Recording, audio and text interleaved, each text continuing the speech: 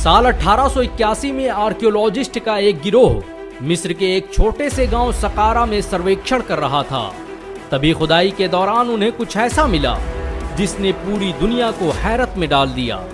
Archaeologist ने एक ऐसी चीज खोज निकाली थी जिसका जिक्र कुरान में बार बार किया गया था, और ये चीज कुछ और नहीं, मिस्र के सबसे बड़े फिरौन रैमसेस द सेकंड की लाश थी। ये वही रैमसेस द सेकंड था जिसने कत्ल करने के इरादे से मूसा अलैहिस्सलाम का पीछा किया और फिर उसकी दरियाए नील में डूबकर मौत हो गई। फिरौन अपने लश्कर के साथ दरियाए नील में डूब गया, लेकिन उसकी लाश 19वीं सदी तक दुनिया की आंखों से ओझल रही। किसी को पता नहीं था कि कुरान में जिस फिरौन की लाश को कयामत तक महफूज रखने का वादा किया गया है वो आखिर है कहां। लेकिन साल 1881 में सकारा में मिले एक ताबूत ने पूरी कहानी तब्दील कर दी।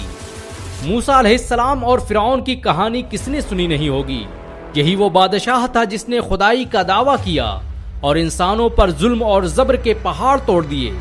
जो उसे खुदा तस्लीम न करता उसे मिस्र की जमीनों में जिंदा दफन कर दिया जाता। एक दिन फिरौन ने ख्वाब में देखा कि जल्द ही मिस्र की सरजमीनों से एक बच्चा जन्म लेने वाला है जो उसकी सल्तनत और हुकूमत का खात्मा कर देगा। फिरौन ने पूरे मिस्र में ऐलान कर दिया कि आज से जो भी बच्चा जन्म लेगा उसे कत्ल कर दिया जाएगा। लेकिन अल्लाह ने ना सिर्फ मूसा को पैदा किया बल्कि उनकी परवरिश उसी फिरौन के घर में करवा दी। मूसा अलैहिस्सलाम जब बड़े हुए तो उन्होंने फिरौन को इस्लाम की दावत दी, लेकिन वो खुदाई का दावा करते हुए उन्हें कत्ल करने का मंसूबा बनाने लगा।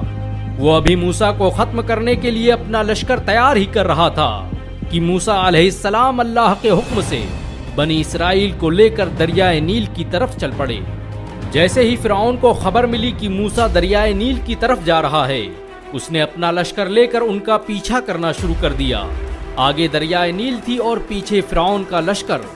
अक्ल कहती थी कि आज मूसा या तो दरिया में डूब कर मरेगा या फिरौन की तलवार उसे कत्ल कर देगी। लेकिन तभी हुक्म हुआ कि ऐ मूसा, अपनी लाठी को इस दरिया पर मार। मूसा अलैहिस्सलाम ने जैसे ही अपना आसा दरिया पर पटका, दरिया के बीचों बीच रास्ता बन गया और उनका पूरा लश्कर उसी रास्ते से दरिया पार कर गया। फिरौन ने जब मूसा को दरिया से गुजरते देखा तो उसने अपना लश्कर भी उसी रास्ते पर दौड़ा दिया, और जैसे ही बीच में पहुंचा तभी हुक्म हुआ कि ऐ मूसा, अपना असा जमीन पर पटक।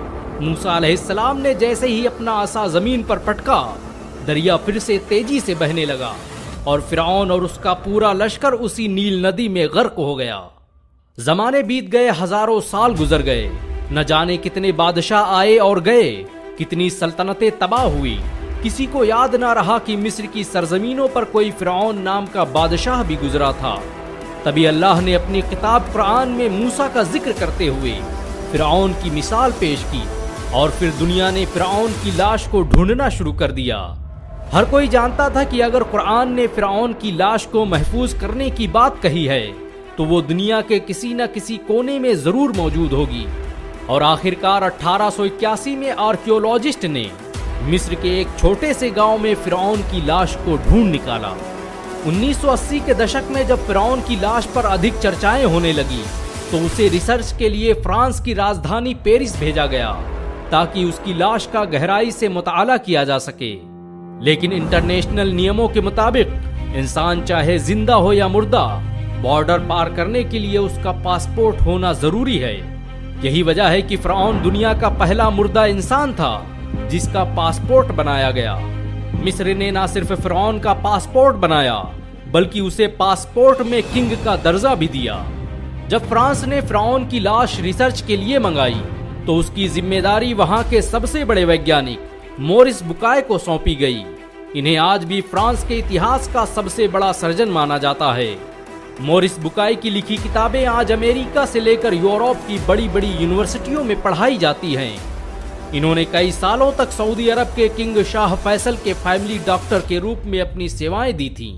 मोरिस बुकाय ने जब फिरौन की लाश को देखा तो उनके दिमाग में सबसे पहला सवाल यही था कि आखिर फिरौन की मौत हुई तो हुई कैसे।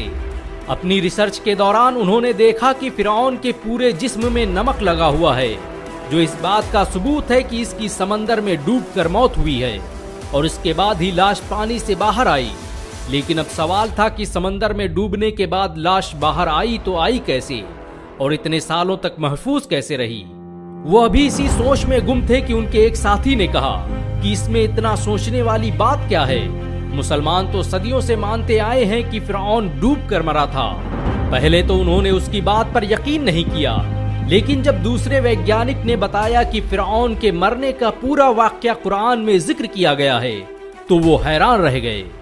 उन्होंने कहा कि आखिर मुसलमानों को इतना सटीक डेटा मिला कहां से, जबकि फिरौन की मम्मी को मिले हुए बस 200 साल हुए हैं। मोरिस बुकाय रात भर कुरान में बताए गए फिरौन के उस किस्से के बारे में सोचते रहे कि कैसे 1400 साल पहले कोई किताब इतनी सटीक जानकारी दे सकती है। इस रिसर्च के बाद फ्रांस ने मम्मी को कांच के गिलास में पैक कर वापस मिस्र भेज दिया और मोरिस बुकाय जिद्दा में होने वाली मेडिकल कॉन्फ्रेंस में हिस्सा लेने के लिए सऊदी अरब रवाना हो गए। सऊदी में होने वाली इस कॉन्फ्रेंस में दुनिया भर के वैज्ञानिक और शोधकर्ता आए हुए थे। मोरिस बुकाय भी फिरौन पर की गई अपनी इस रिसर्च को बताने के लिए वहां मौजूद थे। तभी स्टेज पर कुरान की सूरा यूनुस की आयत नंबर 92 पढ़ी गई कि अब तो हम तेरी लाश को ही बचाएंगे ताकि तू बाद की नस्लों के लिए निशाने इबरत बने। अगरचे बहुत से इंसान ऐसे हैं जो हमारी निशानियों से गफलत बरतते हैं। इतना सुनना था कि मोरिस बुकाय मारे जोश के चीख पड़े और भरी महफिल में खड़े होकर सबके सामने ऐलान कर दिया कि मैं आज ही इस्लाम कबूल करने का ऐलान करता हूँ और अल्लाह की किताब कुरान पर ईमान लाता हूँ। फ्रांस वापस जाने के बाद मोरिस बुकाय ने लगातार 10 सालों तक कुरान और विज्ञान पर शोध किया और साबित किया कि कुरान की एक भी आयत साइंस के सिद्धांतों से नहीं टकराती, बल्कि साइंस आज जो कुछ भी बयान कर रहा है कुरान ने उसे हजारों साल पहले ही बयान कर दिया था। फिरौन की लाश आज भी मिस्र के म्यूजियम में पूरी दुनिया के लिए निशाने इबरत बनी हुई है। कुरान के इस मोजिज़े को देखकर हर मुसलमान का ईमान ताज़ा हो जाता है। कुरान के इस वैज्ञानिक सत्य को जानकर अगर आपको गर्व महसूस हुआ हो तो इस वीडियो को लाइक और शेयर जरूर करें। ऐसी और वीडियो को देखने के लिए हमारे चैनल को सब्सक्राइब करें, घंटा जरूर दबाएं।